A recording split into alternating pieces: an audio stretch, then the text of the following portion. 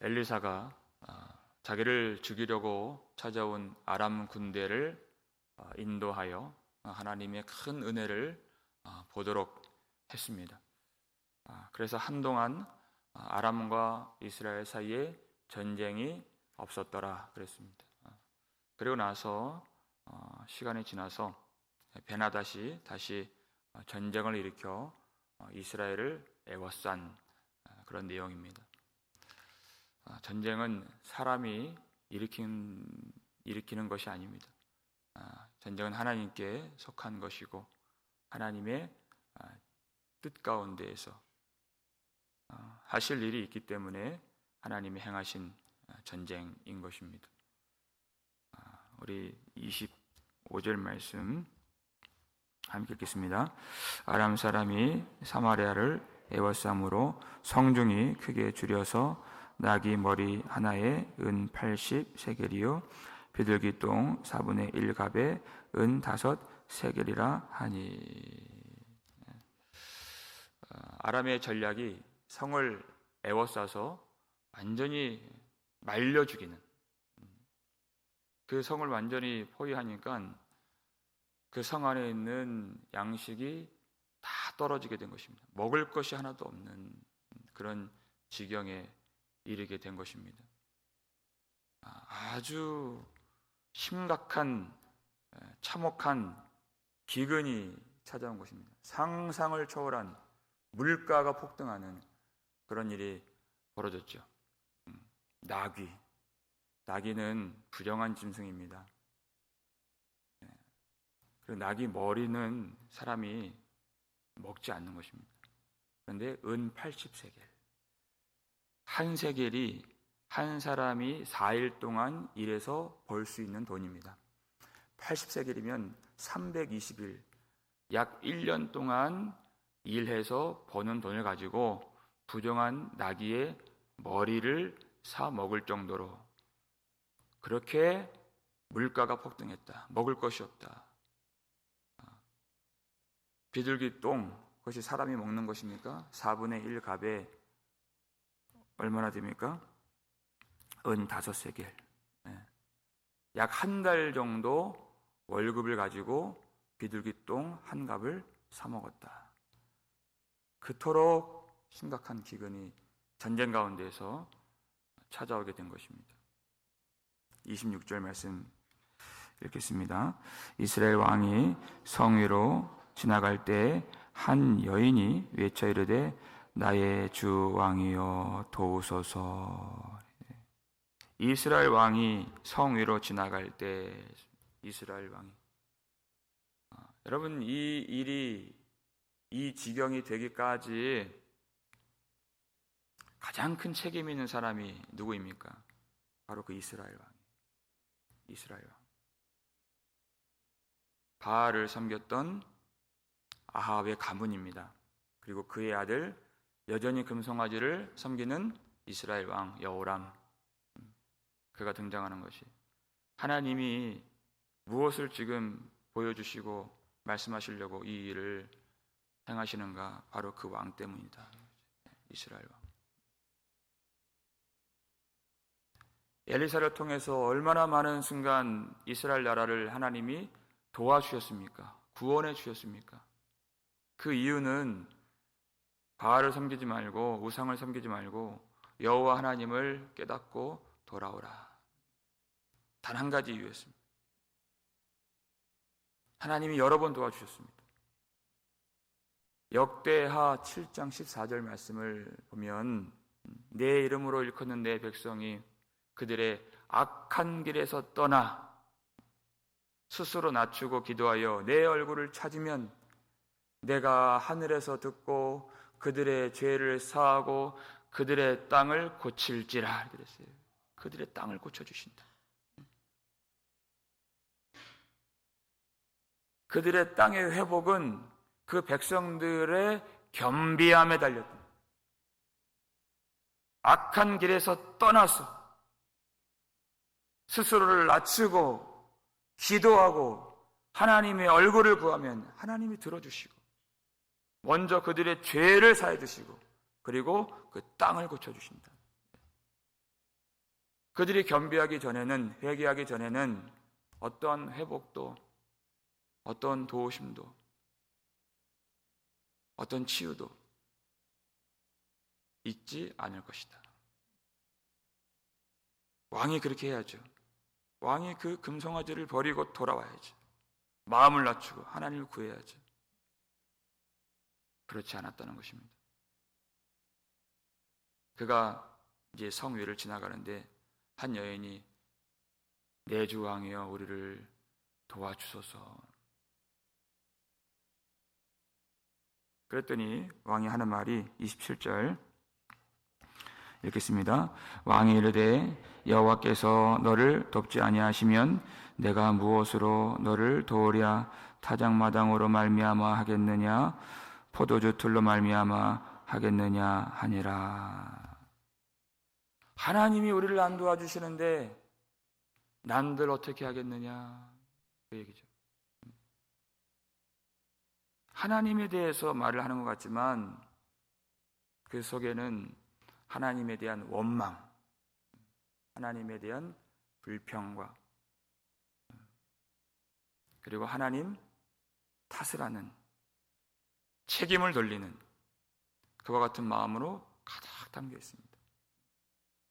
이제까지 하나님이 은혜를 베푸신 것이 얼만데, 엘리사를 통하여 아무것도 잘한 것이 없지만 전쟁에서 승리를 주시고 때를 따라 은혜를 베풀어 주시고 역사해 주신 그 은혜가 얼만데, 그 은혜는 전혀 생각하지 않고 이 모든 참혹함의 이 이유를 하나님께 돌리는 것입니다. 하나님이 안 도와주셔서. 여러분, 사람들이 잘 될 때는 하나님을 잊어버리다가 잘 안 될 때는 하나님을 원망하는 것입니다. 하나님 탓을 하는 것이에요. 그때 그 여인이 왜 이 왕에게 도와달라고 한 것입니까? 28절, 29절 말씀 함께 읽겠습니다. 또 이르되 무슨 일이냐 하니 여인이 대답하되 이 여인이 내게 이르기를 내 아들을 내놓으라. 우리가 오늘 먹고 내일은 내 아들을 먹자 하매 우리가 드디어 내 아들을 삶아 먹었더니 이튿날에 내가 그 여인에게 이르되 내 아들을 내놓으라. 우리가 먹으리라 하나 그가 그의 아들을 숨겼나이다 하는지라. 우리가 지금 눈으로 읽었지만 무슨 내용인지 이 성경 안에서 가장 비참한 그런 내용이 아닐 수가 없는, 너무나도 먹을 것이 없어서 이 여인하고 자신하고 약속을 했다는 것이에요. 이 여자가 먼저 내 아들을 우리가 같이 먹자. 그리고 난 다음에 내가 내 아들을 내놓으리라. 서로 아들을 내어서 삶아 먹자고 한 것입니다. 그 말 듣고 자기 아들을 삶아 먹은 거예요.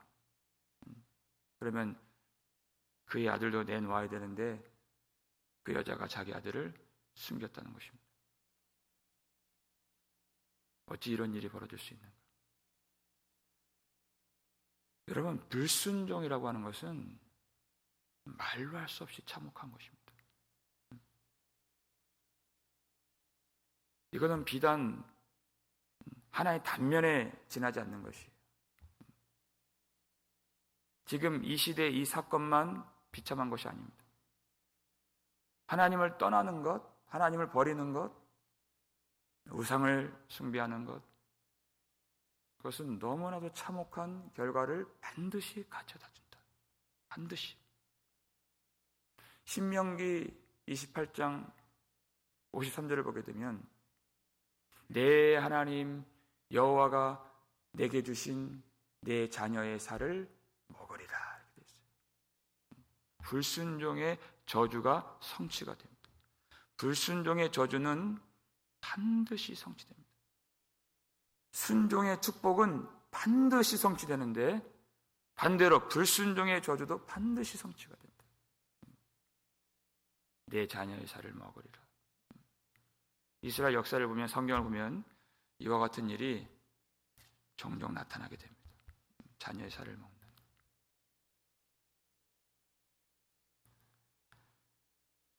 여러분, 인간성의 최후의 보루, 모든 것이 다 무너졌다 할지라도 마지막까지 무너지지 않을 것 같이 보이는 것이 부모의 자녀 사랑이에요. 부모의 자녀 사랑. 어떻게 아들을 먹습니까? 어떻게 아들을 먹습니까? 하나님을 버리면 인간의 비참한 현실과 그 더러운 본성만이 드러나게 되는 것이 있을 수 없는 거예요. 그것은. 하나님을 버리는 일을 여러분 가볍게 여기서 안 됩니다. 여러분, 이것은 기근의 문제, 배고픔의 문제가 아니에요. 아들을 먹는다는 거. 배고파서 먹겠습니까? 내가 죽으면 죽지.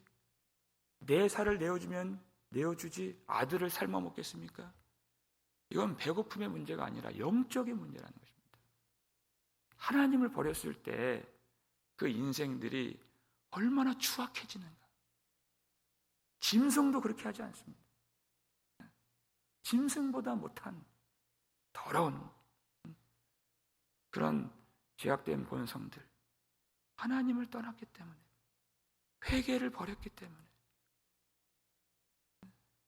이런 일이 나타나게 된 것이에요. 금송아지를 섬기는 그렇게 지각이 어두운 이스라엘 왕이 그 얘기를 듣고서 그가 보기에도 이건 너무나도 비참한 내용이에요. 어떻게 했습니까? 30절 함께 읽겠습니다. 왕이 그 여인의 말을 듣고 자기 옷을 찢으니라. 그가 성 위로 지나갈 때 백성이 본즉 그의 속살에 굵은 배를 입었더라 그랬어요. 그 여인의 말을 듣고 가만히 있을 수가 없었습니다. 자기 옷을 찢고, 그가 성 위로 지나갈 때 백성이 본즉 그랬어요. 여러분, 이 표현이 여기 들어가 있는 것이 참 묘한 것입니다. 사람들이 보니까 그 옷에, 그 속살에 굵은 배를 입었더라 이렇게 됐어요. 여러분, 이스라엘 백성들이 굵은 배를 언제 입나요? 너무나도 비통한 마음을 가지고 하나님 앞에서 죄를 회개하고 애통하고 겸손하게 하나님의 은혜를 구할 때 그 굵은 배옷을 입는 것입니다. 그런데 이 여호람 왕은 언제 그렇게 했습니까? 성 위로 지나갈 때 사람들이 다 그 왕의 모습을 보는 데서 그렇게 했다. 사람들이 보라고 이렇게 한 거죠. 굵은 배옷을. 과연 여호람이 진실한 회개를 하려고 굵은 배를 입은 것일까? 그랬을까? 뒤의 내용을 보니까 그런 것 같지가 않습니다. 겉으로는 회개 옷을 입었지만 하나님 앞에 진정으로 은혜를 구하는 그런 모습이 아닌 것 같습니다. 우리 31절 함께 읽겠습니다. 왕이 이르되 사밧의 아들 엘리사의 머리가 오늘 그 몸에 붙어 있으면 하나님이 내게 벌 위에 벌을 내리실지로다 하니라. 내가 엘리사를 반드시 맹세코 그의 머리를 베리라, 죽이리라.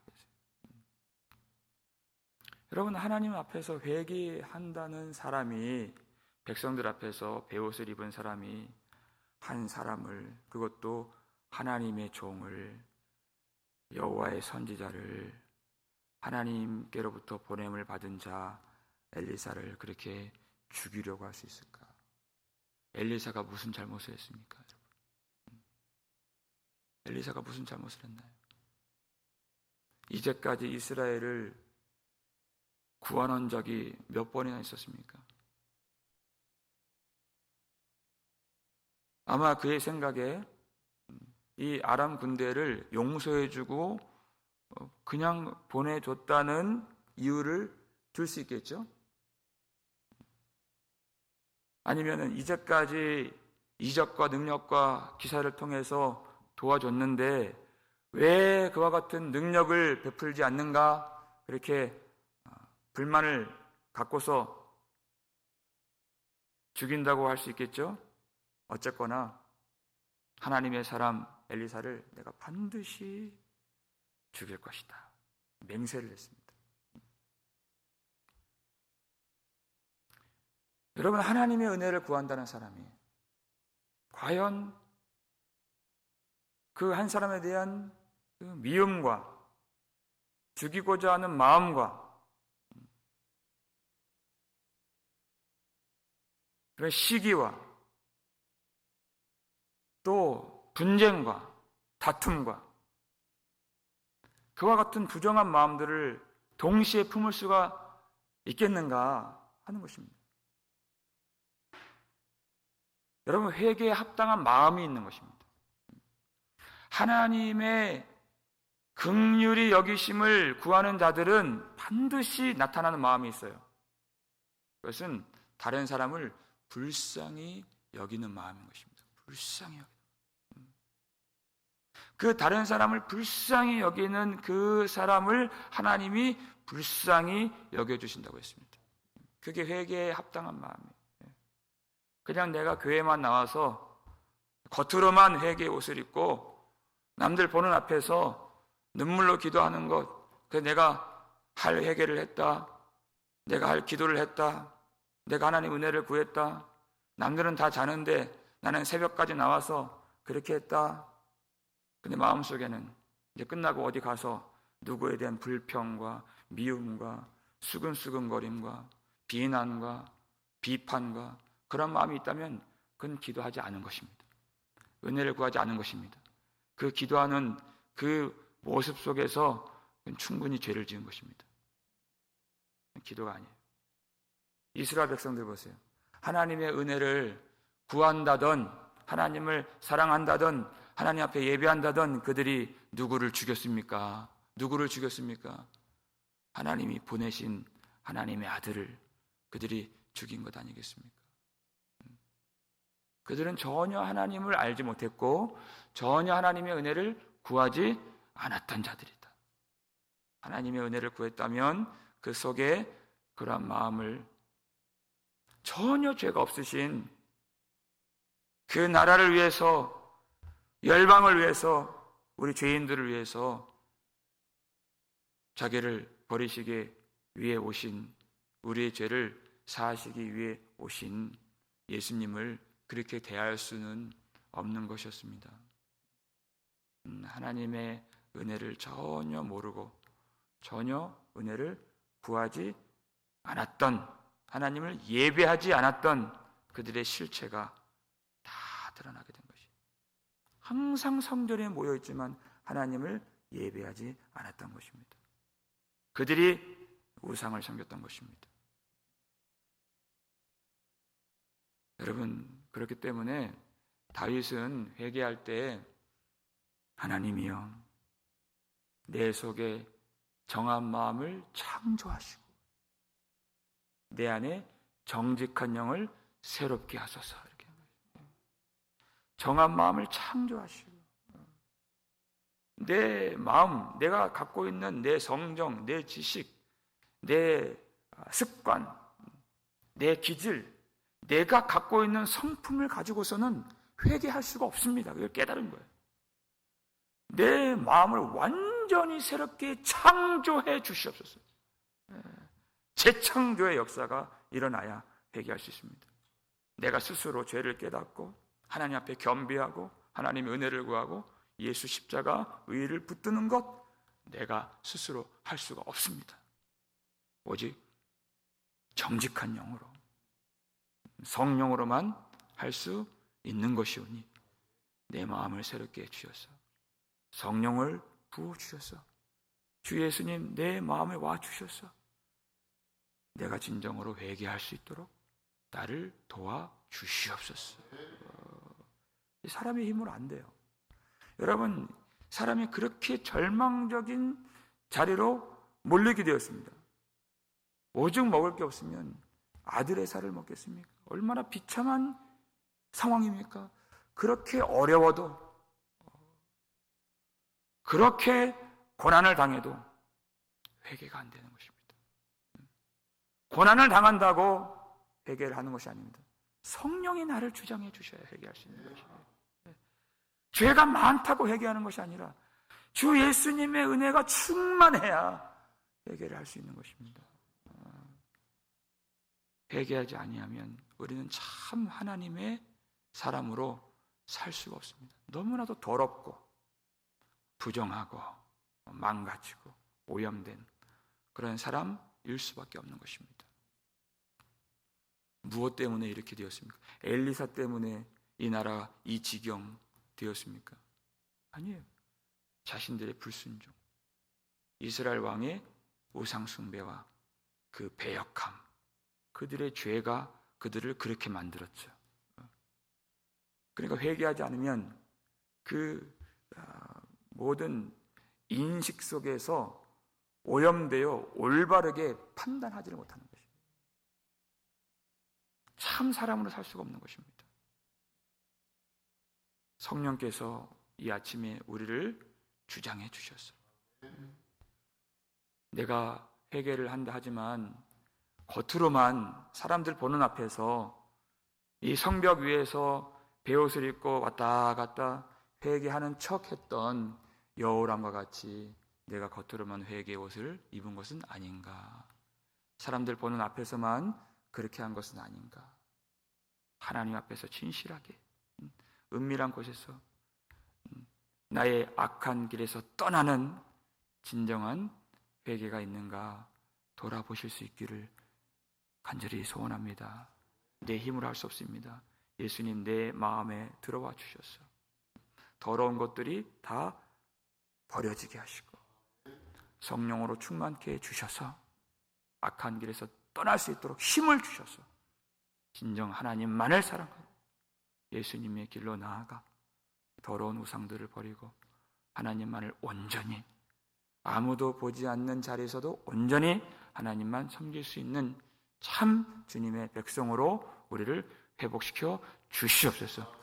이 기도로 나아가시기를 주님의 이름으로 축원합니다.